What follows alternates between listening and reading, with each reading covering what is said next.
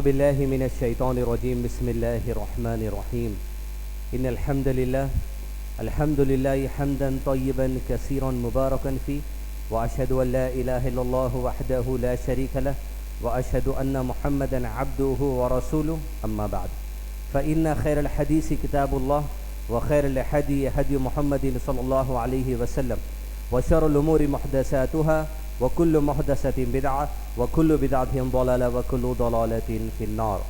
फ़अऊज़ु बिल्लाहि मिनश शैतानिर रजीम बिस्मिल्लाहिर रहमानिर रहीम क़ुल इन कुन्तुम तुहिब्बूनल्लाह फत्तबिऊनी युहिब्बुकुमुल्लाहु व यग़फ़िर लकुम ज़ुनूबकुम वल्लाहु गफ़ूरुर रहीम।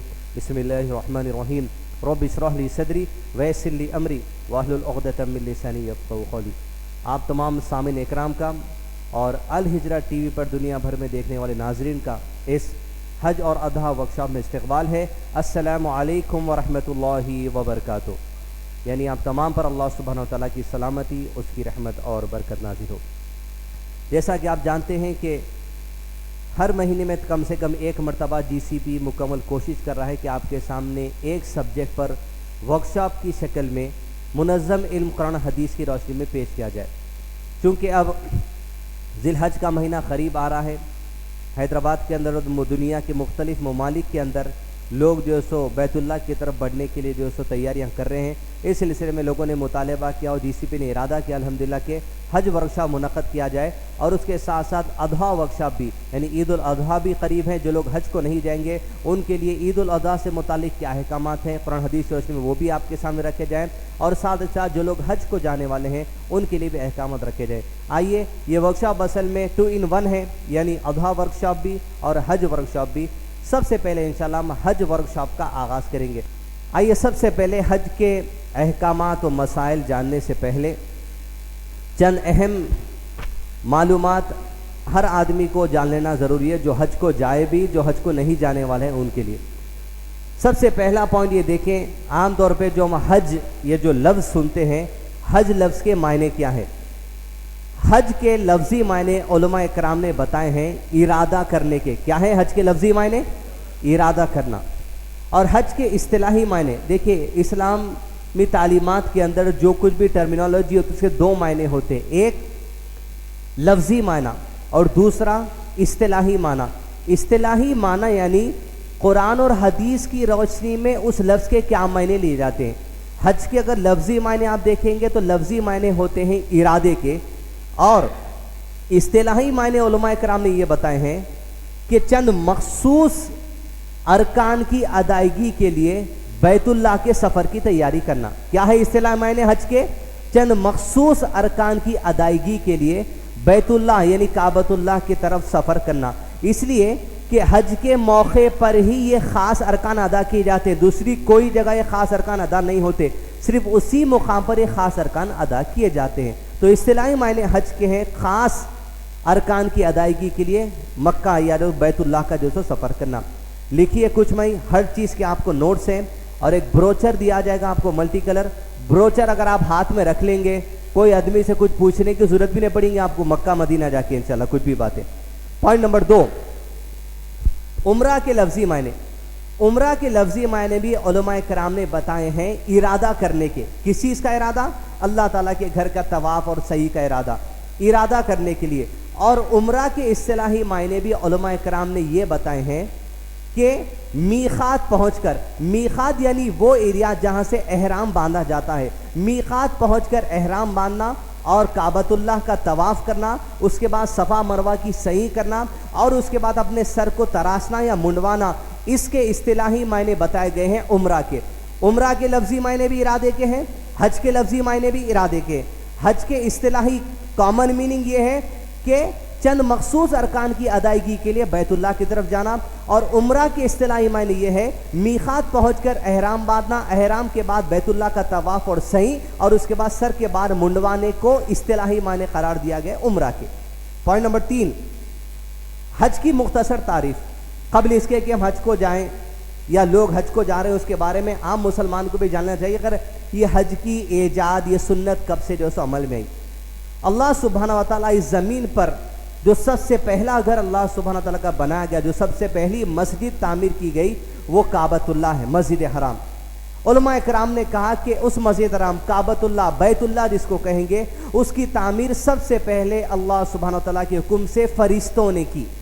फरिश्तों के जरिए अल्लाह सुब्हानहू व तआला ने काबतुल्लाह, बैतुल्लाह की तामीर की। फिर उसके बाद वो बैतुल्लाह के पास क्या किया जाता था, कौन इबादत करते थे, वो अल्लाह बेहतर जानते हैं। लेकिन आदम अलैहिस्सलाम का ज़माना गुजरने के बाद नूह अलैहिस्सलाम का ज़माना आया। नूह अलैहिस्सलाम के ज़माने में जब नूह अलैहिस्सलाम की कौम की तरफ अजाब भेज दिया गया, तूफ़ान भेज दिया गया, तो नूह, तूफ़ान नूह जिसको कहा जाता है, यानी नूह अलैहिस्सलाम के कौम को जो तूफ़ान में गर्क कर दिया गया, गुनहगारों को, वो तूफ़ान काबतुल्लाह के पास भी आया, यानी वो पानी सैलाब की शक्ल में काबतुल्लाह के पास भी आया, जिसके नतीजे में उसकी दीवारें वगैरह बोसीदा होकर गिर गई, सिर्फ बुनियादी ईंटें वगैरह कुछ रखी हुई थी। दिन जैसे गुजरते चले गए, नूह अलैहिस्सलाम के ज़माने के तवील ज़माने के बाद इब्राहीम अलैहिस्सलाम का ज़माना आया। इब्राहीम अलैहिस्सलाम के ज़माने में जब इस्माइल अलैहिस्सलाम भी बड़े हो गए, उस वक्त अल्लाह सुब्हानहू व तआला ने सूरह बकरा सूरह नंबर 2 आयत नंबर 127 में दोनों के बारे में इरशाद फरमाया कि अल्लाह ताला ने तूफ़ान नूह के बाद हुक्म दिया इब्राहीम और इस्माइल अलैहिस्सलाम को कि अब काबतुल्लाह की दीवारें तैयार करो। अल्लाह ताला ने फरमाया कुरान मजीद में, औज़ु बिल्लाहि मिनश शैतानिर रजीम, व इज़ यरफ़उ इब्राहीमुल क़वाइद मिनल बैति व इस्माईल रब्बना तक़ब्बल मिन्ना इन्नका अंतस समीउल अलीम। और उस वक्त को याद करिए जब इब्राहीम और इस्माइल अलैहिस्सलाम काबतुल्लाह की बुनियादी दीवारें उठाते चले जाते थे और ज़ुबान से दुआ करते जाते थे। अल्लाह ताला ने उस मंजर को फरमाया। तो हुआ ये कि जब अल्लाह सुब्हानहू व तआला इब्राहीम अलैहिस्सलाम और इस्माइल अलैहिस्सलाम को हुक्म दिए कि काबतुल्लाह की दीवारें उठाओ, जब वो दीवारें उठा चुके, काबतुल्लाह को जिस शक्ल में बनाना था बना चुके, उसके बाद अल्लाह सुब्हानहू व तआला ने हुक्म दिया कुरान मजीद के अंदर, जहाँ पर अल्लाह सुब्हानहू व तआला ने सूरह हज आयत नंबर 27 नाजिल करके फरमाई कि जब हमने इब्राहीम ने तामीर मुकम्मल कर ली तो हमने इब्राहीम को हुक्म दिया कि लोगों को हज के लिए आवाज़ दो। इब्राहीम अलैहिस्सलाम बोले, अल्लाह सुब्हानहू व तआला, ये घाटियों में, ये पहाड़ों में अगर लोगों को आवाज़ भी दे दूं तो आवाज़ कहाँ तक जाने वाली है, घाटियों में टकरा के आवाज़ गिर जाएंगी। अल्लाह सुब्हानहू व तआला कहा, इब्राहीम तुम्हारा काम आवाज़ देना है, तुम लोगों में अजान लगा दो, निदा लगा दो कि लोग इस बैतुल्लाह के हज की तरफ आ जाएं। गोया इब्राहीम अलैहिस्सलाम ने अल्लाह ताला के हुक्म पर अमल कर कर निदा लगा दी, आवाज़ लगा दी, और उस दिन से जो हाजियों का सिलसिला शुरू हुआ, इंशाअल्लाह क़यामत तक ये सिलसिला उस घर के जो सो तवाफ़ और हज के लिए जाता रहेगा। ये मुख्तसर सी तारीफ़ है हज की सुन्नत की। फरिश्ते बनाए उस घर को, तो नूह अलैहिस्सलाम के तूफ़ान में बह गया, इब्राहीम अलैहिस्सलाम और इस्माइल अलैहिस्सलाम तामीर किए, फिर उसके बाद हज का बुलावा हुआ।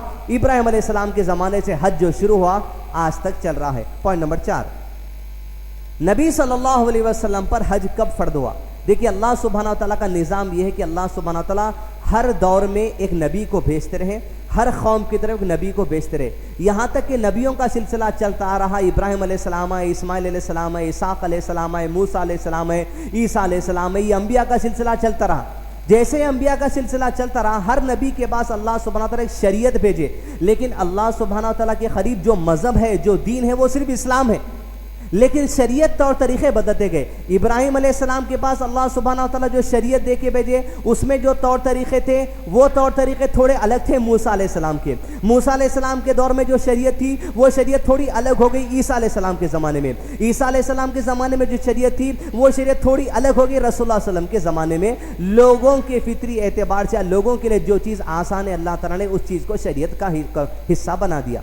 हुआ यह कि हज का सिलसिला जो चलता रहा, अल्लाह के नबी सल्लल्लाहु अलैहि वसल्लम के ज़माने में भी लोग हज करते थे, लेकिन हज का उनका तरीक़ा ऐसा था, मुशरिकीन मक्का एक काम करते, जब हज को आते थे, हम जो तलबिया पुकारते पुकारते लब्बैक अल्लाहुम्मा लब्बैक लब्बैक ला शरीक लक लब्बैक इन्नल हम्दा वन निअमता लक वल मुल्क ला शरीक लक, हाजिर है अल्लाह, हाजिर है, तेरा कोई शरीक नहीं। लेकिन मुशरिकीन मक्का जब हज को जाते थे, क्योंकि वो लोग इब्राहीम अलैहिस्सलाम की शरीयत की पैरवी करते थे, इब्राहीम अलैहिस्सलाम की शरीयत में भी हज करना था, उनका तलबिया इस तरह था, लब्बैक अल्लाहुम्मा लब्बैक लब्बैक ला शरीक लक लब्बैक इल्ला शरीकन वाहिदा। वो ये कहते थे, हाजिर है अल्लाह, हाजिर है, तेरा कोई शरीक नहीं, इल्ला शरीकन वाहिदा, मगर एक शरीक है। काबतुल्लाह के आतराफ में 360 मूर्तियां रखे हुए थे, हर कबीले वाले की एक मूर्ति थी, हर कबीले वाला जब भी हज या उम्रा का इरादा करता वो यूं कहता लब्बैक अल्लाहुम्मा लब्बैक लब्बैक ला शरीका लक लब्बैक इल्ला शरीको वाहिदा, तेरा कोई शरीक नहीं है मगर ये हबल हम शरीक बनाते, तू अगर दुआएं नहीं सुनेगा इससे मांगेंगे, तू अगर बारिश नहीं बरसाएगा इससे मांगेंगे। ये उनका तलबिया होता था। और वो लोग जब हज को जाते थे नंगे होकर तवाफ करते थे, लेकिन अल्लाह सुब्हानहू व तआला जब रसूलुल्लाह सल्लल्लाहु अलैहि वसल्लम पर हज फर्द किए उस वक्त शरीयत बदल गई, नंगे होकर तवाफ करना बंद कर दिया गया और मुशरिकीन को तवाफ से बंद कर दिया गया। रसूलुल्लाह सल्लल्लाहु अलैहि वसल्लम पर हज फर्द हुआ 9 हिजरी में। कौन से साल में फर्ज हुआ हज? 9 हिजरी, यानी अल्लाह के नबी वसल्लम की मुकम्मल, सब लिखे हुए नोट्स में, कुछ मत लिखिए, अल्लाह के रसूल वसल्लम की मुकम्मल जो जिंदगी थी वो 63 ईयर्स की थी। 40 साल आप आम आदमी की तरह मक्के में गुजारे, 40 ईयर्स में नबी बने, 13 साल मक्के में गुजारे। जो मक्के में 13 साल गुजारे उस तारीख को नबूवत कहते हैं, पहली नबूवत, दूसरी नबूवत, 13 नबूवत। उसके बाद रसूलुल्लाह सल्लल्लाहु अलैहि वसल्लम मदीना चले गए, वहां से तारीख हिजरी में कन्वर्ट हो गई, 1 हिजरी, 2 हिजरी, 3 हिजरी, आज 1435 हिजरी का हजब आने वाला है।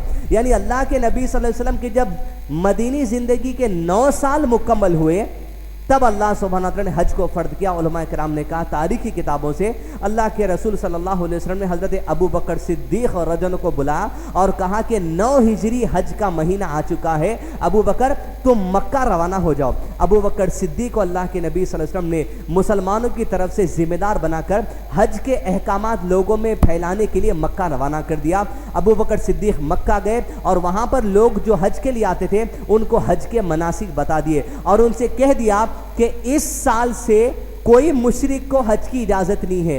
अब अगर कोई आदमी हज करना चाहता है, अव्वल कंडीशन ये है ईमान वाला होना, सिर्फ अल्लाह पे ईमान रखने वाला, कोई बुतों पे, कोई मूर्तियों पे ईमान, कोई खबरों पे ईमान रखने वाला नहीं। हज का सबसे पहला कंडीशन रसूलुल्लाह सल्लल्लाहु अलैहि वसल्लम ये बनाए, सिर्फ अल्लाह पे ईमान है सो वाले हज को आना। और दूसरा कह दिया गया कोई नंगा आदमी होकर तवाफ नहीं करेगा, एहराम बांधकर मुकम्मल लिबास में आदमी को तवाफ करना होगा, सिर्फ तवाफ करते वक्त इस मोंडे को खुला रखना होगा, बस यही शर्त है। और तमाम मनासिक बता दिए गए। तो हज कौन सी हिजरी में फर्द हुआ? 9 हिजरी में। 9 हिजरी में हज फर्द हुआ। 9 हिजरी में जाके अबू बकर सिद्दीक़ रज़ियल्लाहु अन्हु हज के अहकामात लागू किए और 10 हिजरी में अल्लाह के नबी सल्लल्लाहु अलैहि वसल्लम हज को गए, अपना पहला और आखिरी हज आप सल्लल्लाहु अलैहि वसल्लम ने अदा किया। कौन से साल में? 10 हिजरी में, यानी हिजरत के 10वें साल में। पॉइंट नंबर 5,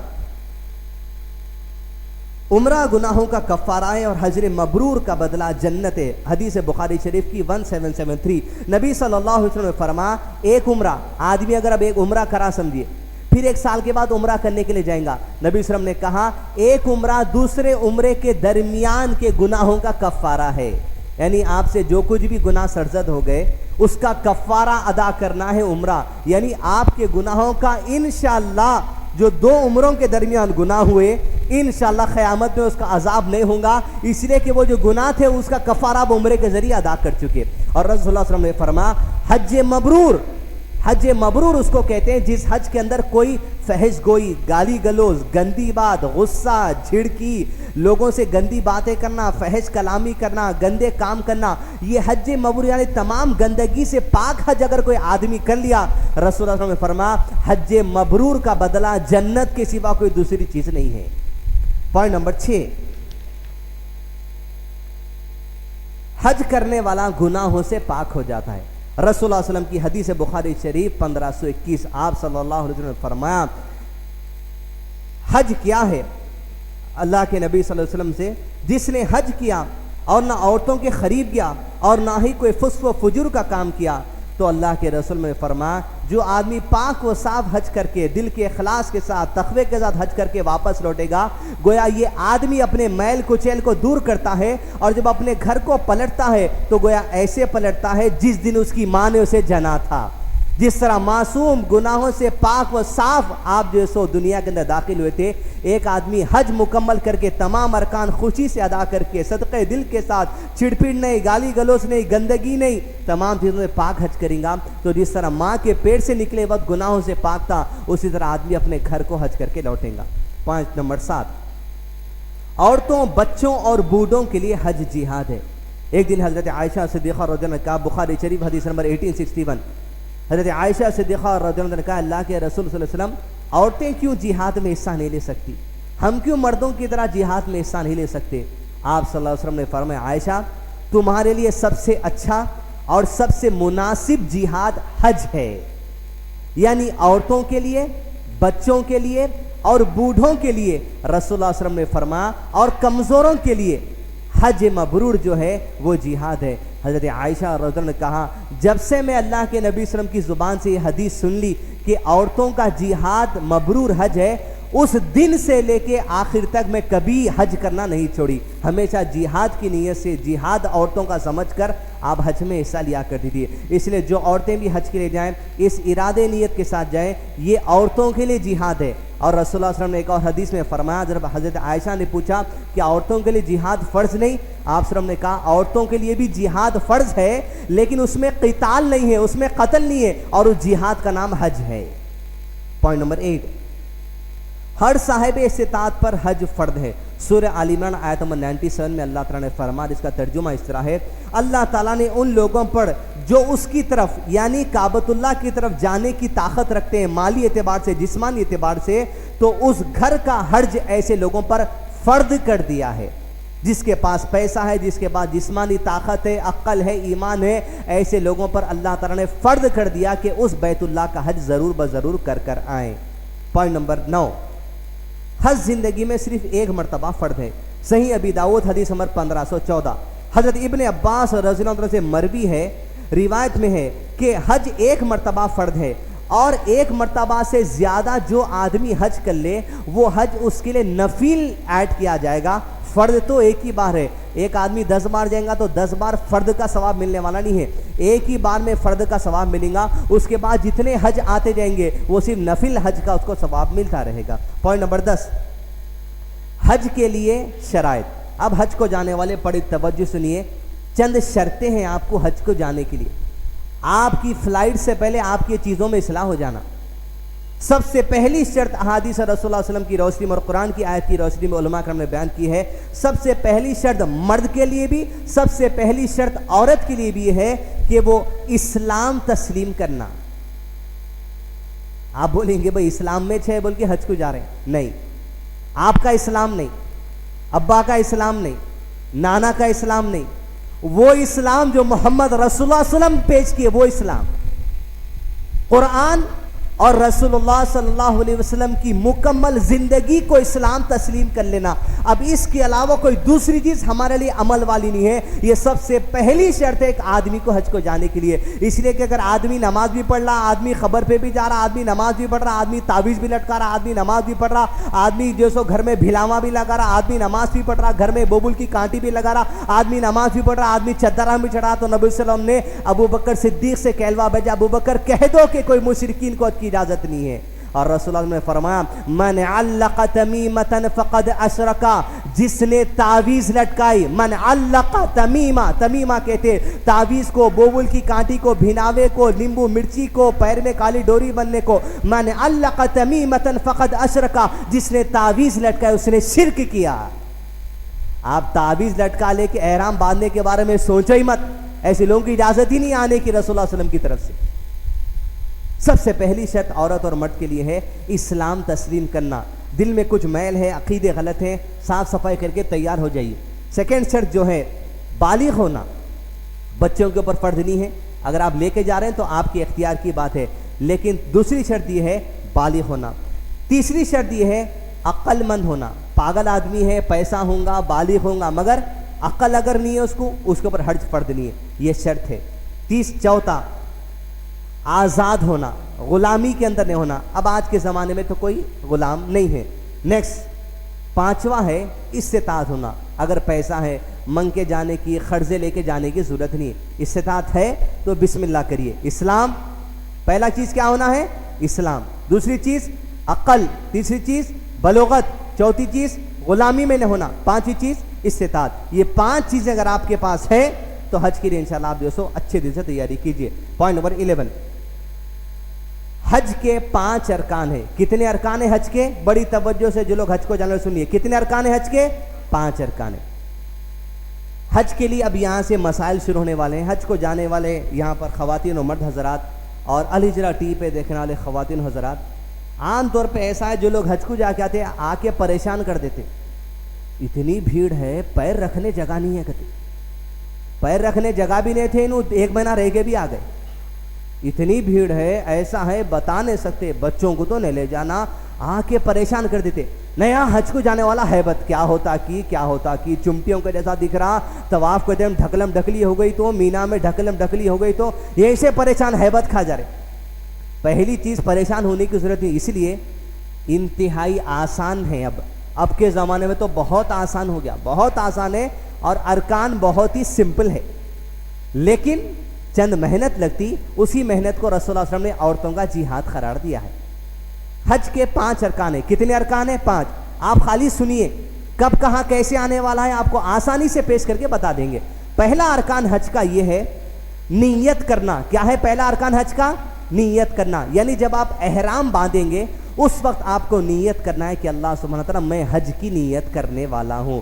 दिल के इरादे से नीयत करना, और उस वक्त जबान से क्या तलबिया कहना है वो आपको आगे बताएंगे। पहला अरकान है नीयत करना। दूसरा अरकान हज का ये है अरफात के मैदान में वकूफ करना। क्या है दूसरा अरकान हज का? अरफात के मैदान में क़याम करना, सुबह से लेके मगरिब तक, वो आगे बताएंगे। तीसरा अरकान हज का है मुज़दलिफा में रात गुजारना। क्या है तीसरा अरकान हज का? मुज़दलिफा में रात गुजारना। पहला अरकान नीयत, दूसरा अरकान अरफात में दिन गुजारना, तीसरा अरकान मुज़दलिफा में रात गुजारना। कब कहाँ कैसे परेशान मत होइए, एक ब्राउचर आपके हाथ में दे देंगे, बस किसी से पूछने की जरूरत नहीं है। पहला अरकान नीयत, दूसरा अरकान बोलिए अरफात, तीसरा अरकान मुज़दलिफा में रात गुजारना। चौथा अरकान है तवाफ़े ज़ियारा। क्या है चौथा अरकान? तवाफ़े ज़ियारा। पांचवा अरकान है सफ़ा मरवा की सही करना। क्या है पांचवा अरकान? सफ़ा मरवा की सही। पहला अरकान बोलिए जल्दी। दूसरा अरफात, तीसरा, चौथा तवाफ़े ज़ियारा, ये अलग तवाफ़ है, तवाफ़े ज़ियारा। पांचवा तवाफ़े ज़ियारा के बाद की सही, पांचवा सही, जहन में रखिए। नेक्स्ट पॉइंट नंबर 12, हज के फराइज में 5 बातें हैं। ये अरकान है। अगर ये अरकान में से कोई अरकान छूट गया, इंशाल्लाह नहीं छूटता, परेशान रखो। अगर ये अरकान में से कोई एक अरकान भी किसी का छूट गया, सो गए 2 दिन गोलियां खा लेके, तो अगले साल फिर हज करना पड़ता। इसमें से कोई एक चीज भी छूट गई तो, मगर इंशाल्लाह नहीं छूटती, वैसा मौका नहीं आता। इल्ला है कि बेहोश होके पड़े हुए हैं कोई, अगर वैसा है तो अल्लाह महफूज रखे। 5 में से कोई एक चीज भी छूट गई तो क्या करना है? अगले साल हज करना है, बशर्ते के इस्तिताअत हो। हज के 5 फराइज हैं। ये 5 बातें अगर छूट गई तो हज दोहराने की जरूरत नहीं है। लिखिए, ये भी नहीं छूटती, परेशान न को, खाली रख दे रहा हूं मोटी मोटी बातें। पहला है मीकात से एहराम बांधना। कहाँ है पहला अरकान फराइज में से? मीकात से एहराम बांधना। लेकिन अब हिंदुस्तान से जाते प्लेन के अंदर बनने की गुंजाइश नहीं थी, घर से बन सकते आप, लेकिन प्लेन जब जाता आपका मीकात पे से, मीकात पे नियत कर लेना। क्या कर लेना मीकात पे? खाली नियत। पहला फराइज में से फराइज ये है हज के, नियत करना। दूसरा फरीजा है जमरों को कंकरियां मारना। जमरे यानी जो जमरे उक़बा, जमरे वस्ता, जमरे सगरा, यानी मीना के मैदान में जो शैतान के 3 पोजीशन है उसको कंकरी मारना, दूसरा फर्ज है। तीसरा सर के बाल मुंडाना या तरशवाना, ट्रिम करना या हलक करना। क्या है तीसरा? सर के बाल मुंडाना या तरक करना। चौथा है अय्याम तशरीक की रातें मीना में गुजारना, यानी 11, 12, 13 की जो शब है वो मीना में गुजारना। कहाँ गुजारना? मीना में। और पांचवा है तवाफ़े विदा करना। अरकान में तवाफ़े ज़ियारा है और फ़राइद में अरफा तवाफ़े विदाई है। परेशान होने की कुछ भी कन्फ्यूजन की बात नहीं है, इंशाल्लाह आगे आपके पॉइंट क्लियर हो जाएंगे। लेकिन अगर इसमें से मीकात पे नियत नहीं करे, आप जमरों को करनिया कंकरियां मारना भूल गए, सर के बाल नहीं मुंडाए या ट्रिम नहीं कराए, या मीना में जो सो रातें नहीं गुजारे, या तवाफ़े विदा नहीं करे, अगर कोई चीज़ छूट गई इसमें, इसके लिए एक दम वाजिब है। क्या देना पड़ता? एक बकरे को ज़ुबा करना पड़ता कोई अरकान छूट गया तो। लेकिन अगर दम करने की इस्तिताअत नहीं है, 10 दिन के रोज़े रखना। कितने? 10 दिन के।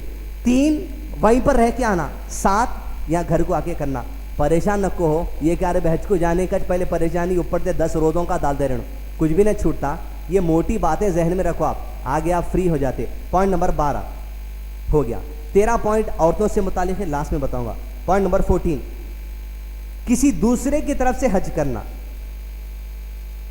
आदमी जिंदा आदमी की तरफ से भी हज कर सकता, और आदमी मर गए सो आदमी की तरफ से भी हज कर सकता, लेकिन मर गए सो आदमी की तरफ से हज करने की शर्त यह है कि जो आदमी मर गए सो आदमी की तरफ से हज बदल कर रहा, उन्हें अपना फर्द हज करके रहना पहले से। पहली हदीस, जिंदा की तरफ से हज करना। हदीस है 1513। एक औरत रसूलुल्लाह सल्लल्लाहु अलैहि वसल्लम के पास है और कही, अल्लाह के नबी सल्लल्लाहु अलैहि वसल्लम, मेरे वालिद ने हज का इरादा कर लिया, लेकिन वो ज़ईफ़ हैं, बीमार है, ऊंट पर सवार होकर हज के लिए जा नहीं सकते। ऐ अल्लाह के नबी सल्लल्लाहु अलैहि वसल्लम, क्या मैं अपने वालिद की तरफ से हज कर लूँ? आप सल्लम ने कहा, तू अपने वालिद की तरफ से हज कर ले। वह औरत को हुक्म दिया गया मर्द की तरफ से हज बदल कर सकती है, जिंदा आदमी। दूसरा मय्यत, एक खातून रसूलुल्लाह सल्लल्लाहु अलैहि वसल्लम के पास आई, हदीस बुखारी शरीफ 1852। आप सल्लल्लाहु अलैहि वसल्लम ने कहा, अल्लाह के नबी सल्लल्लाहु अलैहि वसल्लम, मेरी वालिदा ने हज की नीयत कर ली थी, लेकिन हज करने से पहले उनका इंतकाल हो गया। ऐ अल्लाह के नबी सल्लल्लाहु अलैहि वसल्लम, क्या मैं अपनी वालिदा की तरफ से हज कर लूँ? आप सल्लल्लाहु अलैहि वसल्लम ने कहा, हाँ कर, लेकिन एक सवाल का जवाब दे। पूछा, नबी सल्लल्लाहु अलैहि वसल्लम बोलिए क्या है? रसूलुल्लाह ने पूछा, ये बता, अगर तेरी माँ की तरफ से तेरी माँ अगर किसी का खर्जा बाकी होती तो क्या तू उस खर्जे को अदा नहीं करती? उस खातून ने कहा, रसूलुल्लाह क्यों नहीं अदा करती? ज़रूर करती। तो कहा, अल्लाह का खर्जा अदा कर। अल्लाह का खर्जा इस बात का ज़्यादा इख्तियार रखता है कि तू पहले अर्जा का खर्जा अदा करे। नियत कर चुकी, पहले वालिदा का हज कर। तो दलील है जिंदा की तरफ से भी हज कर सकते, मय्यत की तरफ से भी हज कर सकते। हज बदल के लिए शर्त क्या है? आदमी का पहले अपना फर्ज हज हुआ रहना। दूसरी शर्त क्या है? मर्द औरत की तरफ से भी कर सकता, औरत मर्द की तरफ से भी दोस्तों हज अदा कर सकती है। पॉइंट नंबर 15, खर्जेदार का हज। खर्जे बाकी है, लोग हज को जा रहे हैं। उलमा किराम ने इस मशवरे में पहली बात यह कही, अगर आपके पास इतनी इस्तेताअत है कि आप खर्जा भी अदा कर सकते, हज को भी जा सकते, तो आपके ऊपर हज वाजिब है। लेकिन आपका इतनी इस्तेताअत नहीं है कि आप हज और खर्ज अदा दोनों नहीं कर सकते, आपके ऊपर हज वाजिब नहीं है, पहले खर्जा अदा करी। इस तरह दोनों इस्तेताअत है तो वाजिब है, लेकिन पहले हक किस चीज़ का है?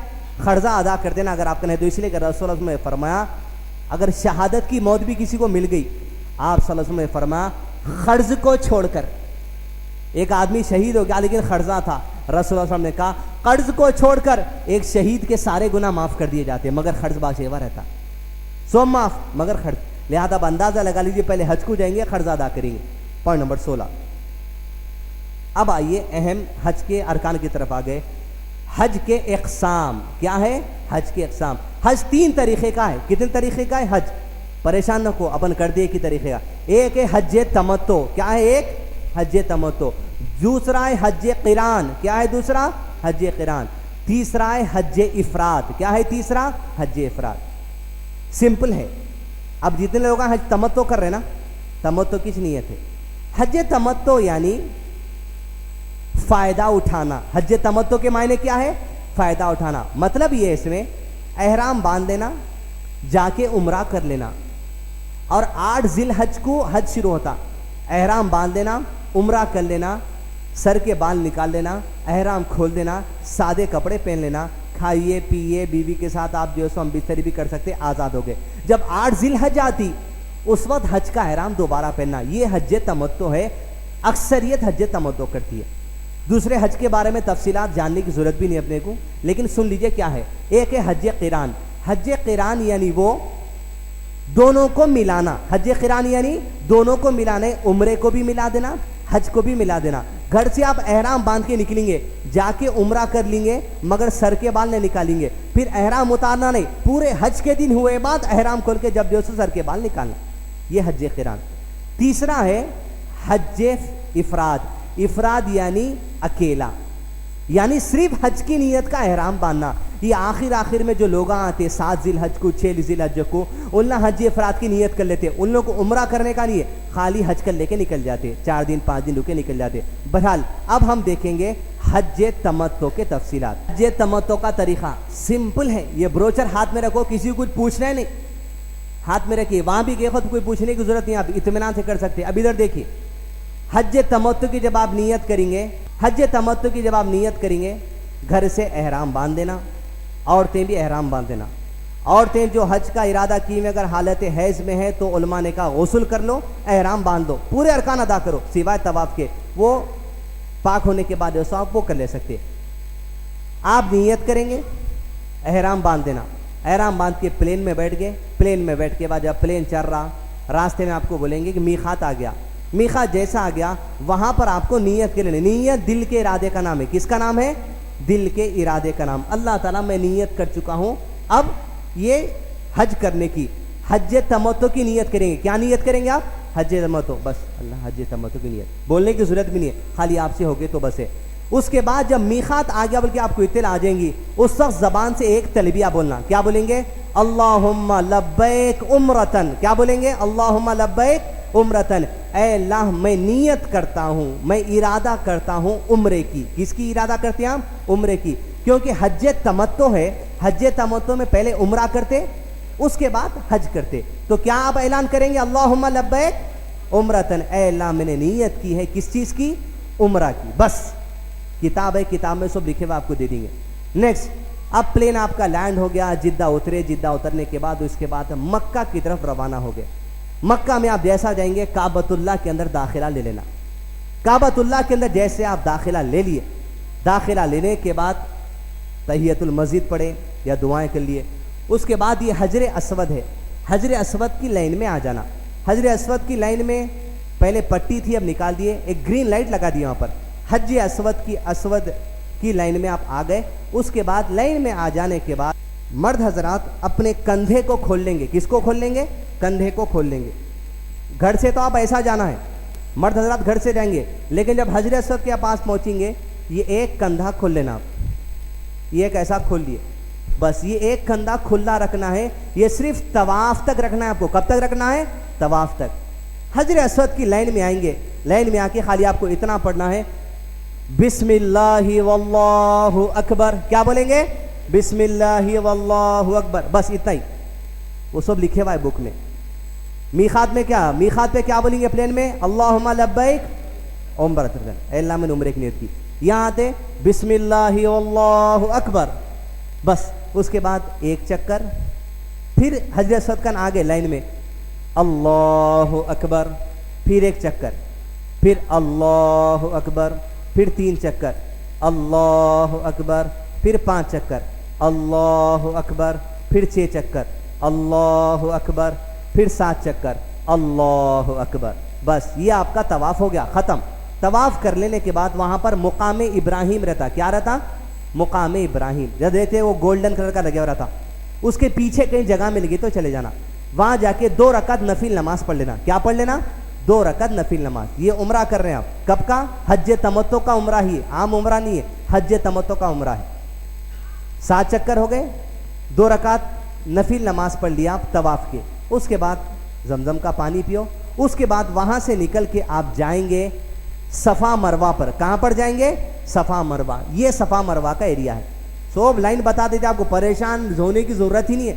इतने उलमा रहते, चलते फिरते रहते, उन्ना अबा डाल लेके कहाँ जाना बोलो वहाँ जाना।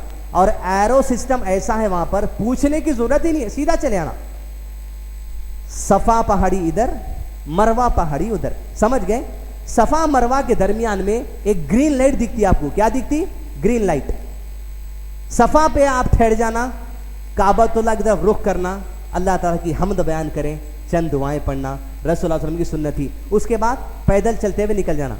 अब यहाँ पर सफ़ा मरवा पे कंधा बंद कर देना, कंधा खुला रखना नहीं है, कंधा बंद कर देना, चलते रहना।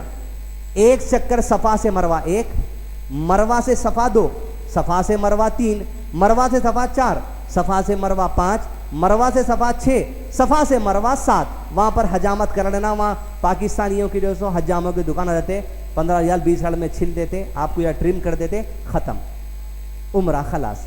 सफ़ा मरवा पे इतना काम आपको करना है, जो ग्रीन लाइट का एरिया आता, यहाँ ग्रीन लाइट रहती, वहाँ एक रहती, वहाँ आपको रमल करना है, थोड़ा तेज़ी से चलना है, ऐसा थोड़ा तेज़ी से। ये औरतों के लिए ये रमल की जो सो लाजिम नहीं है, मर्द करना है, औरतें यहाँ पर भागने की ज़रूरत नहीं है। इस तरह तो यहाँ पर आप 7 चक्कर करेंगे। पहले तवाफ़ कर लिए, फिर यहाँ कर लिए, फिर या तो ट्रिम करा लीजिए। बेहतर हज तमत्तो करने वाले ट्रिम कर लेना, क्योंकि हज के मौके पर बाल निकालने, फिर बाल लेने थे, अगर आप यही हलक करा लिए तो मशीन चला लो आप। उसके बाद मशीन चलाने के बाद आज़ाद हो गए, हज तमत्तो का उम्रा हो गया आपका। उसके बाद एहराम उतार दो, पानी ना लो, आप कपड़े पहन लीजिए, आधे हज का काम आपका हो गया। अब 8 जिलहज्जा के इंतजार में रहना। किसके इंतजार में रहना? 8 जिलहज्जा। अब बोलिए, पहले प्लेन में एहराम पहन लेंगे, मीकात पे क्या बोलेंगे? मीकात पे क्या बोलेंगे? अल्लाहुम्मा लब्बैक उम्रतन, क्या बोलेंगे? फिर उसके बाद जो सो प्लेन उतर गया, मक्का में लेके चले गए, अंदर आएंगे, कहां पर जाएंगे? कहां, किसकी लाइन में आएंगे? हजरत असद की। क्या बोलेंगे हाथ बता के?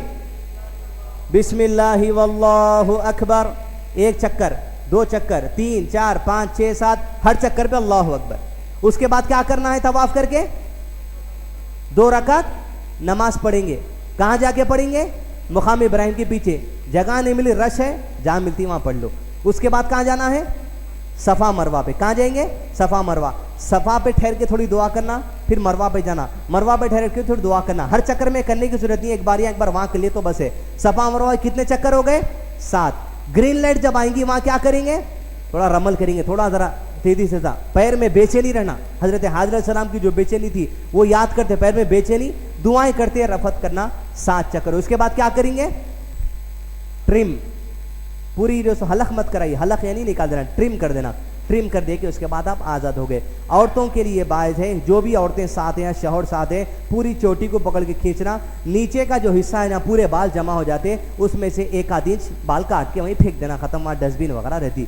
औरतों का भी उम्रा हो गया, मर्दों का भी उम्रा हो गया। एहराम उतार दीजिए। एहराम के तमाम पाबंदियाँ खत्म हो गए। नाखून भी काट सकते, बुरेश भी कर सकते, कुछ बाल निकालना है तो कुछ अगर ख़राब हो गया तो खींचना है, करना है, सब जायज़ हो जाता। एहराम की पाबंदियाँ ख़त्म। इस तरह आपका उम्रा हो गया। अब उसके बाद दिन गुजर गए आपके। उसके बाद 8 जिलहज आ जाती। क्या आ जाती? 8 जिलहज। अब आप लोग कार्ड खोल लीजिए। डे 1, डे 1 निकालिए। अंदर का ऐसा है, लिखे हुआ देखिए, डे 1, डे 1। दूसरे लोग तबरे सुनिए, आई उल्ला जा रहे कहते, कुछ भी नहीं है, सब अपना वही है, उनका वही है।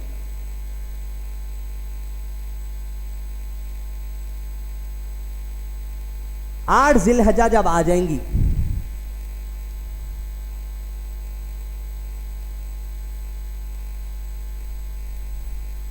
अब यहां देखो, थोड़ा कार्ड बंद करिए।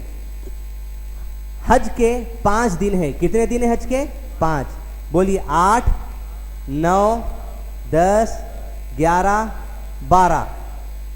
6वां दिन है, ऑप्शनल है, 13। 8 9 10 11 12, यहां हज खत्म। ऑप्शनल और दिन रुकना चाह रहे हैं, 13 भी आपके लिए जायज है।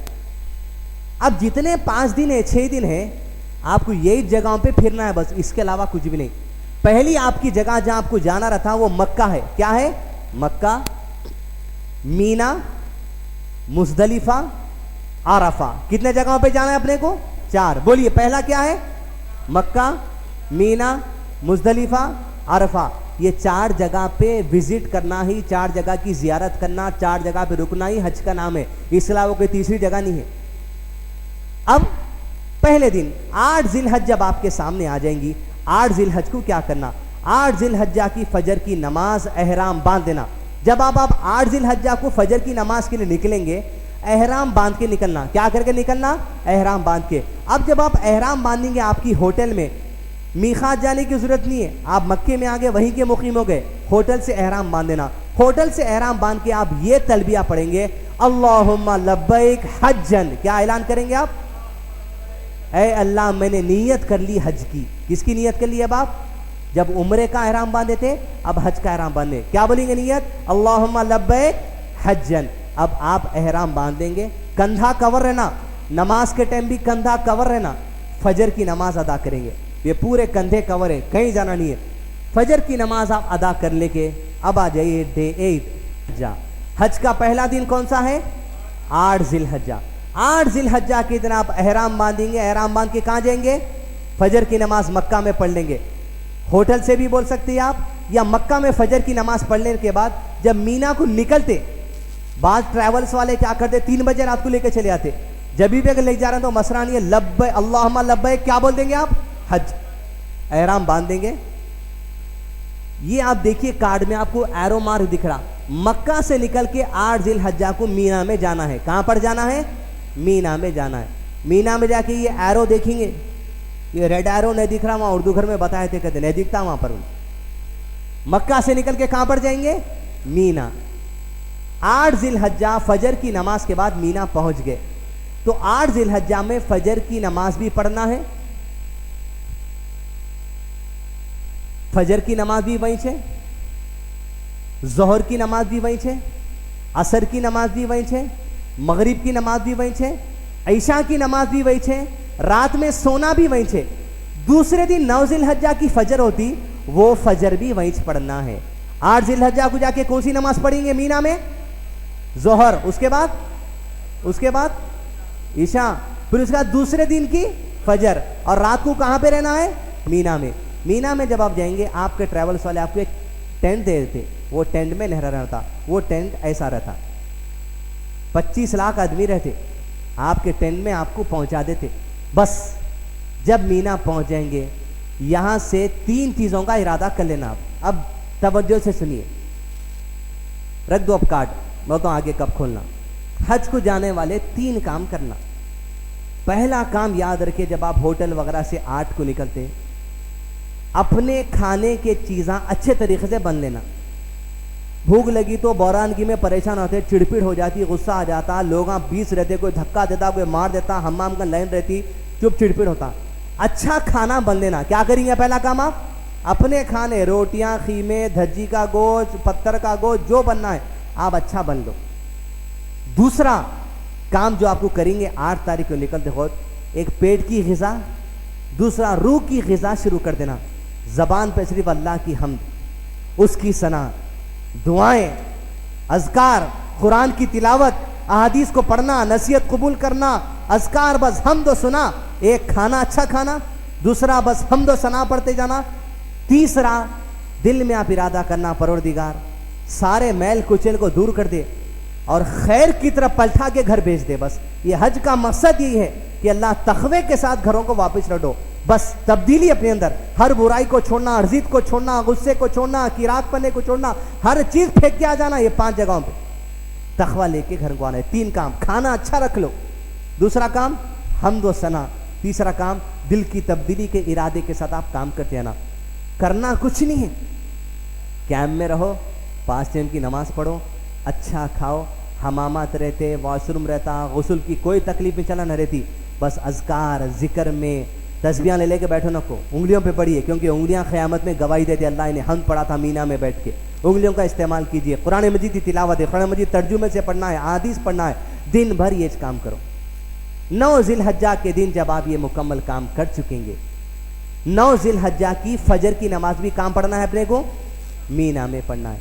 9 जिलहज्जा की फजर की नमाज मीना में पढ़ के, फजर की नमाज के बाद जब सूरज तुलू हो जाता, क्या तुलू हो जाता? सूरज तुलू हो जाता, उस वक्त अरफात के मैदान की तरफ निकलना है। कहां पर निकलना है? अरफात के मैदान। खोलिए डे 2 खोलिए। डे 1 अपन कहां गए थे? मक्का से मीना। अब डे 2 में देखिए एरो है आपको, मीना से रेड, पहले रेड को फॉलो करो, मीना से निकल के अरफा जाएंगे। कहां पर जाएंगे? मीना से निकल के कहां पर जाएंगे? अरफा जाएंगे। कब?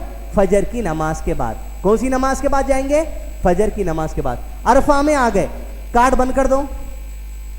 अरफा में जैसा आप आ जाएंगे, अरफा में क़याम करना है। वहां भी आपको एक टेंट दे देते, बड़े बड़े पिलर्स रहते हैं वहां पर, उस पर नंबर लिखा हुआ रहता, 25, 35, 16 आपका नंबर रहता। हिंदुस्तानियों के एक नंबर रहते, तो आपका जो ट्रैवल्स वाला उन्हें बोलता था 25 नंबर के खैमे अपने हैं या 30 नंबर के खैमे अपने, वो खैमे आपके रहते। वो खैमों में अरफात के मैदान में पहुंचेंगे, खैमे में चले जाओ, अच्छा खाओ, ज़बान पे अस्कार, कुरान की तिलावत, हदीस पढ़ते रहो, वॉशरूम करीब रहता, हमाम करीब रहता, कोई चीज़ की परेशानी नहीं।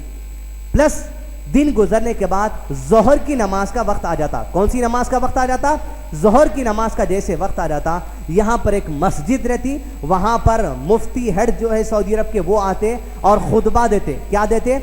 औरतें खैमे में रहिए कि लोग ज़्यादा रहते, अगर जा सकते तो जाइए, नहीं तो मसला नहीं। मर्द हजरात कोशिश करें मस्जिद जाने की, और वहाँ पर खुतबा दिया जाएगा। क्या दिया जाएगा? खुतबा। खुतबा सुनो। उसके बाद एक अजान दी जाती, एक अकामत दी जाती। अकामत दिए जाने के बाद जोहर की 2 रकात नमाज पढ़ते। कितने? 2 रकात, क्योंकि रसूलुल्लाह सल्लल्लाहु अलैहि वसल्लम की ज़िंदगी में आप सल्लम एक ही हज करे थे और जोहर को कसर करके पढ़े थे, आधी करके। सफ़र में कसर की जाती है। 2 रकात जोहर पढ़ेंगे। क्या पढ़ेंगे? 2 रकात जोहर। फिर इमाम जैसा सलाम फिरते मौजिन खड़ा होता और फिर से इकामत देता असर की 2 रकात नमाज के लिए। कौन सी? असर की। फिर इकामत देने के बाद इमाम के पीछे असर की 2 रकात नमाज पढ़ना। इसलिए कि अल्लाह के रसूल जब एक हज करे थे जोहर असर मिला के ही पढ़े थे, अपन भी मिला के ही पढ़ना, वरना सुन्नत की खिलाफ वर्जी होती। अब बाज लोग क्या करते, खैमों में 4-4 रकात पढ़ लेते। ऐसा नहीं, सुन्नत है। आप वहां नहीं जाना चाह रहे हैं, जोहर असर आपके खैमे में मिला के पढ़िए, लेकिन बेहतर ये कि आप खुतबा सुनिए, इसलिए कि अल्लाह के नबी ने सुन्नत ही खुतबा दिए, सहाबा सुने, दो सुन्नत अपनाइए और फिर जोहर और असर मिला के पढ़ना। जोहर असर मिला के जब आप पढ़ेंगे उसके बाद खैमे को वापस लौट जाओ। उसके बाद जिक्र में, अज़कार में, खाइए, हमाम जाइए, वॉशरूम में, हर चीज़ आराम से रहिए। उसके बाद मगरिब की नमाज का वक्त होता। कौन सी नमाज का वक्त होता? मगरिब की नमाज का वक्त होता। जब मगरिब की नमाज का वक्त करीब आता, अरफा के मैदान में मगरिब पढ़ना नहीं है। मगरिब की नमाज से पहले अरफा से निकल जाएंगे। कार्ड खोलिए, ब्लू लाइन फॉलो करो। अरफा से मगरिब की नमाज से पहले निकल जाएंगे, निकल के जाएंगे मुज़दलिफा। कहां पर जाएंगे? मुज़दलिफा। मुज़दलिफा में चले जाना। मुज़दलिफा में जाने के बाद वहां पर मगरिब और ईशा की नमाज मिला के पढ़ेंगे। कौन सी नमाज मिलाकर पढ़ेंगे? मगरिब और ईशा की नमाज मिला के पढ़ेंगे। यह है अरफा का। अरफा में ज़ोहर असर मिला के, यह मस्जिद है जहां पर खुतबा दिया जाता। उसके बाद मगरिब से पहले निकलेंगे।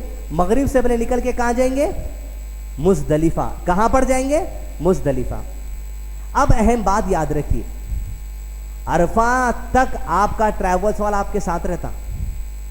अरफा से जब मगरिब को निकलते, किसके साथ भी है कि सबको भूल जाना, सबको भूल जाना, कोई कुछ भी नहीं कर लेता वहां पर, क्योंकि अरफा से लेके मुज़दलिफा बस ये आपके लिए एक रात रहती। अरफा से मुज़दलिफा और उसके दूसरा दिन, ये एक दिन इंतहाई जबरदस्त रहता। यहां ट्रैवल्स वाला उन्हें आता, वो मुफ्ती कोई नहीं आता, यहां सब अपना अपन कर लेना पड़ता। अरफा से निकल के जाएंगे मुज़दलिफा। मुज़दलिफा में जहां जगह मिली सो जाना। रोड पे मिलती, पहाड़ पे मिलती, मट्टी पे मिलती, ठेले पे मिलती, चटाई बिछाना, खामोश सो जाना। हमाम रहता, हर चीज रहती। क्या करेंगे? मुज़दलिफा में रात गुजारना हज का एक अहम अरकान है। अरफा से कब निकलेंगे? मगरिब से पहले। कहां पर पहुंचेंगे?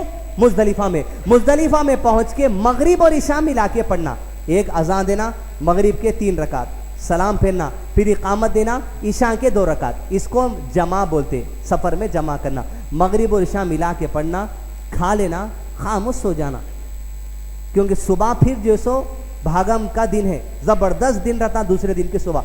मुज़दलिफा में रात में आप सो गए, रात में ख़याम कर लेने के बाद ये सुबह हुई 10 जिलहज्जा की। कौन सी सुबह होती? 10 जिलहज्जा की सुबह होती। 10 जिलहज्जा को आप क्या करना? मुज़दलिफा में फजर की नमाज अदा करना। कौन सी नमाज अदा करना? फजर की नमाज। मुज़दलिफा में फजर की नमाज अदा करने के बाद अब हम निकलेंगे मुज़दलिफा से। मुज़दलिफा से मीना जाना है। कहां पर जाना है? मुज़दलिफा से 10 जिलहज्जा को मीना जाना है। मुज़दलिफा में फजर की नमाज पढ़ना, जबरदस्त नाश्ता पीटना, हमाम वगैरह जाना। उसके बाद मुज़दलिफा से कंकरियां चुन लेना। क्या चुन लेना? कंकरियां। कितने कंकरी चुनेंगे? 7 कंकरी चुन के मीना के मैदान में जाएंगे। मीना के मैदान में 3 जुमरे रहते। क्या रहते? जुमरे। जुमरा उक़बा, जुमरा वुस्ता, जुमरा सगरा, यानी छोटा, मंझला, बड़ा। 10 जिलहज्जा के दिन आप जो सो पहला काम ये करेंगे, यहां से निकलेंगे। यहां से निकलने के बाद मुज़दलिफा से आप मीना जाएंगे। मीना में जुमरा रहता। 10 जिलहज्जा को सिर्फ बड़े जुमरे को कंकरी मारना है। किसको कंकरी मारना है? बड़े जुमरे को। आप देखिए एरो रेड, सीधा बड़ा जुमरा, 1 2 3, इन्हें छोटा, इन्हें मंझला, इन्हें बड़ा। बड़े के पास जाना, 7 कंकरी हाथ में लेना और एक एक कंकरी को अल्लाहु अकबर बोल के मारेंगे। क्या मारेंगे? अल्लाहु अकबर, अल्लाहु अकबर, अल्लाहु अकबर, अल्लाहु अकबर, अल्लाहु अकबर, अल्लाहु अकबर, अल्लाहु अकबर। हर कंकरी मारते वक्त क्या बोलेंगे? अल्लाहु अकबर। बाद लोग तैश में आके चप्पला मारते, पानी के बाटला मारते, उनको देख के अपन तैश में नहीं जाना। जो सुन्नत है वो काम करना। क्या बोल के कंकरी मारेंगे? अल्लाहु अकबर। कितने? 7। बड़े को, मंझले को, छोटे को, किसको? बड़े को मारी। वो बड़ा कैसा रहता? ऐसा नहीं रहता, वो बड़ा ऐसा रहता। ये है 3, 1 2 3। 10 जिलहज्जा को इसको माना रहता कंकरी बड़े को। अब क्या हो गया, वहां पर 3 फ्लोर बना दिए। नीचे से मत जाओ, फर्स्ट फ्लोर पे चढ़ जाओ। ऐसा दिखता उन्हें, यहां से लेके वहां तक कुछ भी नहीं है। यहां ठहर के भी मार सकते आप। अल्लाहु अकबर, अल्लाहु अकबर, अल्लाहु अकबर, यहां से मार देना। कितने बार मारेंगे? 7 कंकरी जैसे आप यहां मारेंगे। सबसे अहम आपके लिए ये दिन है। मार दिए कंकरी। कंकरी मार देने के बाद अब नेक्स्ट काम हमको ये करना है। नेक्स्ट देखिए, कंकरी मार देने के बाद कुर्बानी देना है। क्या करना है? जानवर की कुर्बानी। आपका बकरा आपके साथ नहीं रहता, उन्हें कमेले में रहता। अब ये जो अरकान है, इसमें आगे पीछे हो गया तो कोई मसला नहीं है। अब जो आपकी कुर्बानी है वहां पर नंबर के साथ दे लेते, इसमें आगे पीछे हुआ तो मसला नहीं है। आपकी कुर्बानी हो जाती, समझ लो कुर्बानी हो गई कि नहीं हुई की। अब आप कंकरी मारने के बाद कुर्बानी देना उनकी जिम्मेदारी। आप नीयत से पैसे दे दिए, खत्म, कुर्बानी आपकी हो जाती। उसके बाद गुस्ल कर लेना, मक्का चले जाना। कहां पर चले जाएंगे? यहां से निकल के काबतुल्लाह आ जाएंगे। काबतुल्लाह के पास हमामा रहते, गुस्ल खाने रहते, वहां पर जो सो आप जाएंगे। या मक्के में जो आपकी होटल है वो होटल में आ जाना। मीना से आके एहराम जो सो आपका जो सो यहां पर गुस्ल कर लेना, कुर्बानी देना। कुर्बानी देने के बाद सर के बाल निकाल लेना। औरतें भी सर के बाल थोड़े से काट लेना। सर के बाल काट लेके आपकी होटल जाइए, कोई नहीं आता आपको पूछने। होटल जाना, गुस्ल कर लेना, एहराम खोल देना, सादा लिबास पहन लेना। क्या कर लेंगे? सादा लिबास पहन लेंगे। अब सादा लिबास पहन लेके आ जाना काबतुल्लाह के अंदर। कहां पर आ जाएंगे? काबतुल्लाह। मुजदलिफा से यहां पर आ गए, यहां से यहां पर आ गए। काबतुल्लाह के अंदर जब आ जाएंगे, अब आपको करना है तवाफ़े ज़ियारा। क्या करना है? तवाफ़े ज़ियारा। सादे लिबास में तवाफ़े ज़ियारा होता। मस्जिद हराम पहुंचकर बैतुल्लाह के 7 चक्कर लगाना। अब यहाँ गए छटका कंधा निकालेंगे नहीं, जैसा है वैसी पैक रहेगा। बिस्मिल्लाहि वल्लाहु अकबर। 1 2 3 4 5 6 7 सादे कपड़ों में। उसके बाद 2 रकात नफिल नमाज पढ़ेंगे। कहां पर? मुकाम इब्राहिम के पीछे। फिर उसके बाद आप जाएंगे सही करने के लिए सफा मरवा के दरमियान। जैसा उम्रे का टाइम करे थे ना, वैसे अब सादे कपड़ों में सही करना। सफा से मरवा, मरवा से सफा, सफा से मरवा, मरवा से सफा। कितने चक्कर लगाएंगे? 7 चक्कर लगाने के बाद पैरा बोलते दर्द हो रहा, कुछ रुकना नहीं, नमाज जो मिली पढ़ लेना, थोड़ा आराम कर लेना। सीधा मक्के में तवाफ सही होने के बाद निकल के फिर मीना चले जाना। कहां चले जाना? मीना। बस अब खाली आराम करना है 3 दिन, कुछ भी नहीं है। बोलिए, पूरे 9 जिलहज्जा की फजर की नमाज कहां पढ़ेंगे? 9 जिलहज्जा की फजर की नमाज कहां पढ़ेंगे? कहां पढ़ेंगे? मीना में। 9 जिलहज्जा की फजर मीना में पढ़ के कहां निकलेंगे? अरफात में। अरफात में कौन से नमाज पढ़ेंगे? जोहर असर। उसके बाद कौन सी नमाज नहीं पढ़ेंगे? मगरिब और मगरिब पढ़ेंगे। उसके बाद कहां निकल जाएंगे? मुजदलिफा। मुजदलिफा में क्या करना? जहां जगह मिली सो जाना, खा लेना, पी लेना। उसके बाद मीना। मुजदलिफा में क्या करेंगे? 10 जिलहज्जा की सुबह कौन सी नमाज पढ़ेंगे? फजर की। फजर की नमाज पढ़ के कहां पढ़ जाएंगे? मीना में। मीना में पहले कहां पढ़ जाएंगे? बड़े जुमरे के पास। कितने कंकरी मारेंगे? 7। उसके बाद कहां जाएंगे? होटल। खाली जन से तो आप कपड़े लेके हमाम को जाके जो सो गुस्ल कर ले सकते हैं, लेकिन लेडीज को गुस्ल करने के लिए होटल जाना पड़ता। होटल जाना, एहराम उतार देना। होटल जाने से पहले मर्द आदमी अपने सर के बाल निकाल लेना। उसके बाद गुस्ल करेंगे, सादे कपड़े पहनेंगे। सादे कपड़े पहन के कहां पर आ जाएंगे? काबतुल्लाह। कितने चक्कर लगाएंगे? 7 के बाद फिर क्या करेंगे? सही 2 रकात नमाज। उसके बाद 7 चक्कर। उसके बाद आप आ जाना मीना के मैदान में। ये जो आना जाना बोल रही है, कोई मामूली आना जाना नहीं है। 25 लाख यही धुन में लगे हुए रहते, टाइम बहुत निकलता। इस बात से खाना अच्छा रख लेके जाना, जबान पे जिक्र चलते रहना, दिल में नेकी की जो सो इरादे करते रहना। कितनी भी रात होने दो, मेरा मशवरा ये, आप जो सो निकल के रातों रात मीना चले जाओ। अब उसके बाद मीना चले के बाद अब कुछ भी काम नहीं रहता आना जाना। उसके बाद 10 जिलहज्जा की रात को आप पहुंच जाएंगे मीना। उसके बाद दिन आएगा हमारे लिए 11 जिलहज्जा। 10 की रात को फुल पैरा दर्द होते, पैरा अपने अपन दबा लेना, जो करना करना, खा लो पी लो। उसके बाद मीना के खैमों से 10-11 जिलहज्जा की जोहर की नमाज के बाद, कौन सी नमाज के बाद? जोहर यानी जवाल, जब सूरज निकल जाता उसके बाद, जोहर की नमाज के बाद कुछ नहीं करना, टेंटों से निकलना, ये तीनों जुमरों के पास जाना। किसके पास जाना? तीनों जुमरे, पहले कन 7, मंजिले कन 7, बड़े कन 7, कंकरी मारना, बैक टू पवेलियन, फिर से खैमे में आके सो जाना। 11 जिलहज्जा को इतना ही करना है, दूसरा कुछ नहीं है। पूरे नमाजें पढ़ो, अस्कार करो, जिक्र सब करो। उसके बाद ये है वो 3, फिर कैंप में आ जाओ।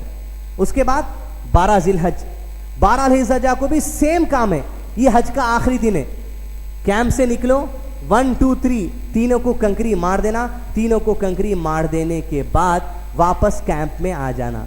ये कब मारेंगे आप? जवाल के बाद। जवाल बोलते सूरज जब तपेली सर पे आके थोड़ा झुक जाता, जवाल यानी गिर जाना। 12 सवा 12 के बाद ये जवाल होता। उसके बाद 12 जिलहज्जा को आप यहां से निकले, तीनों को मारे, तीनों को मारने के बाद फिर वापस कैंप में आ गए। बस आपका हज मुकम्मिल हो गया। 12 जिलहज्जा को जोहर की नमाज के बाद तीनों को कंकरियां मार के आप वापस अपने घर चले जा सकते, यानी होटल चले जाइए। नहीं, रसूलुल्लाह सल्लल्लाहु अलैहि वसल्लम की एक सुन्नत पे अमल करना चाह रहे हैं, ऑप्शनल है, डे 6 खोलिए।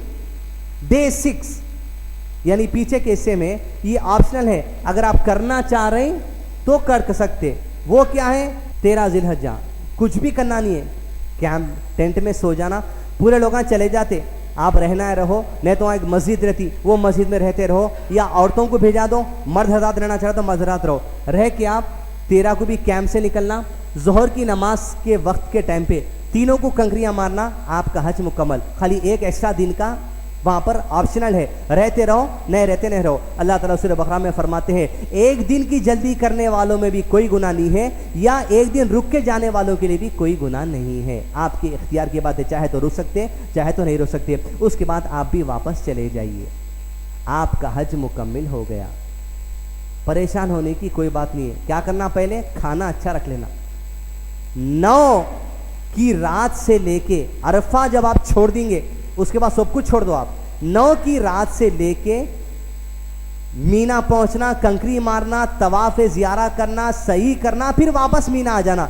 यहां तक आपको थोड़ी तकलीफ का मामला रहता, बर्दाश्त कर लेना पड़ता। ये बड़े अहम चीज़ें हैं। और दूसरी चीज़, 9 जिलहज्जा को जब अरफा मुजदलिफा में फजर की नमाज पढ़ के पहली बार जुमरे को कंकरी मारने आएंगे, कंकरी मारते वहीं से एक शॉर्टकट रास्ता है जो मक्का को जाता, पैदल, वो पैदल चले जाओ, वरना टैक्सी लारी के चक्कर में रहेंगे, बहुत टाइम लगता। बड़े शैतान को कंकरी मारना, वो जो पिलर है वहीं से एक टनल है, वो टनल डायरेक्ट आपको मक्के में छोड़ देता। पैदल आधे घंटे में चले जाते, पैदल करिए, अजर व सवाब और अच्छा ज्यादा रहता। इस तरह हर के अरकान आपके मुकम्मल हो गए। कुछ भी परेशानी की बात नहीं है, ये कार्ड अपने साथ रखिए। कुछ भी परेशानी का तो पूरा परेशान है, दिख रहे हैं चेहरे आप लोगों के। डे 1 यहाँ से यहाँ, डे 2 यहाँ से यहाँ, डे 3 यहाँ से यहाँ, डे 4 यहाँ से यहाँ, डे 5 क्या करना है, डे 6 करना है। हर चीज़ एरो के साथ है, कोई चीज़ आपको परेशान होने की ज़रूरत नहीं है। उसके बाद मक्का आ जाइए, होटलों में आ जाइए, एहराम तो आपका उतर गया, आम जिंदगी आराम से गुजारी, जब फ्लाइट है वापस आ जाइए। ये 5 चीज़ें यहाँ पर हज वर्कशॉप इख्तिताम को पहुँचा। अभी जो तमाम बातें मैं आपके सामने डिस्कस किया हूँ, इसके जो दलाइल हैं कुरान हदीस के, ये दलाइल पॉइंट नंबर 25 में पूरे आपको मौजूद हैं। बस लास्ट पॉइंट औरतों के लिए है, इफ़ इन केस अगर कोई औरत को हालत हैज से अगर जो चल रहे हैं, तो तवाफ़ ज़ियारा अगर कोई औरत नहीं कर सकी तो उसके लिए लाजिम है कि गुस्ल करने के बाद तवाफ़ ज़ियारा करें। अगर हज के अय्याम हो भी गए तो मस्जिद आयशा जाना। कहाँ पर जाना? मस्जिद आयशा। वहाँ पर एहराम बांध देना, तवाफ़ कर लेना, 2 रकात नमाज पढ़ लेना, सही कर लेना, ख़त्म। दूसरा, इफ़ इन केस तवाफ़ विदाई एक रहता, तवाफ़ विदाई यानी अब आप हज के दिन हो गए, सब हो गया, हज के दिन होने के 10 दिन के बाद आपकी फ़्लाइट रहती। उस टाइम पे जिस दिन आपकी फ़्लाइट है, उस दिन आखिरी नमाज जो आप मक्के में पढ़ेंगे, आखिरी नमाज पढ़ने के बाद एक तवाफ़ करना रहता, उसे तवाफ़ विदाई कहते हैं। क्या कहते हैं? तवाफ़ विदाई, ये हज का हिस्सा नहीं है, लेकिन हज को आने वाला तवाफ़ विदाई करना ज़रूरी है। इफ़ इन केस तवाफ़ विदाई के मौके पर अगर कोई औरत हालत हैज से है तो रसूलुल्लाह सल्लल्लाहु अलैहि वसल्लम ने ऐसी औरत को तवाफ़ विदाई से रुखसती दे दी, कोई गुनाह नहीं है, वो औरत घर को जा सकती। लेकिन मर्द हजरात के लिए तवाफ़ विदाई करना ज़रूरी है। कब? लास्ट नमाज जब आप पढ़ेंगे मक्का में, वो टाइम तवाफ़ विदाई की नीयत से कर लेना, चाहे मदीना जाओ या हैदराबाद आओ, तवाफ़ विदाई लाजिम है। हज के अरकान यहीं पर आपके मुकम्मल हो चुके। अस्सलामु अलैकुम वरहमतुल्लाहि वबरकातुहू।